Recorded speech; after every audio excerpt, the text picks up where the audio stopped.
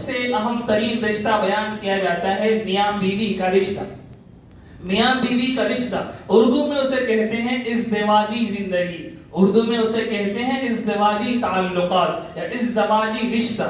میاں بیوی کا رشتہ جتنا زیادہ اہم ہے انسان کی اخلاق اور انسان کی حیثیت کو ڈکلیئر کرنے کے لیے، اتنا کوئی بھی رشتہ اہم ترین نہیں. سرکار دو عالم صلی اللہ علیہ وسلم کی حدیث میں نے آپ کے سامنے خطبے کے اندر پڑھ کر سنائی. سرکار فرماتے ہیں خیرکم خیرکم لأہلہ، تم میں سب سے بہتر وہ ہے جو اپنے گھر والی کے لیے بہتر ہو.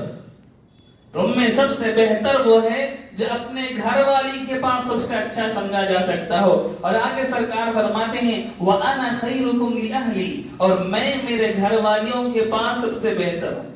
میرا میرے گھر والیوں کے ساتھ سب سے بہترین رشتہ، سب سے بہترین تعلق ہے. تم میں بھی سب سے بہتر انسان وہی ہے جس کو اس کی گھر والی سب سے اچھا سمجھتی ہے. اور یہ بہت پتے کی بات ہے کہ سرکار دو عالم صلی اللہ علیہ وسلم نے ایسا کیوں فرمایا. دیکھیں آپ میرے ساتھ بیٹھ رہے ہیں، اٹھ رہے ہیں، میں آپ کے پاس تھوڑی دیر کے لیے بیٹھوں گا، تھوڑی دیر کے لیے رہوں گا، میں اپنے اخلاق کو اچھا بنا کر پیش کروں گا.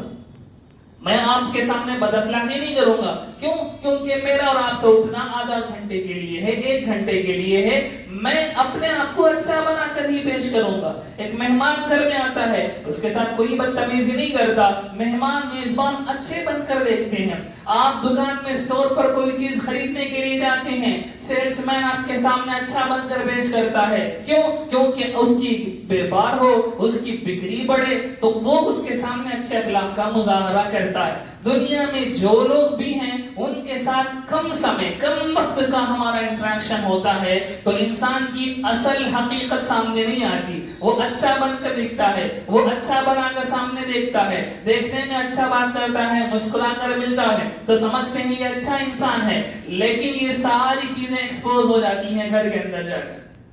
یہ ساری چیزیں ایکسپوز ہو جاتی ہیں گھر کے اندر جا کر، کیونکہ میاں بیوی ساتھ رہتے ہیں دن میں بھی، رات میں بھی، تنہائی میں بھی، خلوت میں بھی، جلوت میں بھی، غصے میں بھی، خوشی میں بھی، غمی میں بھی، ہر حالت میں میاں بیوی کا ساتھ ہوتا ہے. تو پھر بیوی میاں کے سامنے ایکسپوز ہو جاتی ہے، وہ ڈپلیکیٹ اخلاق بنا کر ساتھ نہیں گزار سکتا.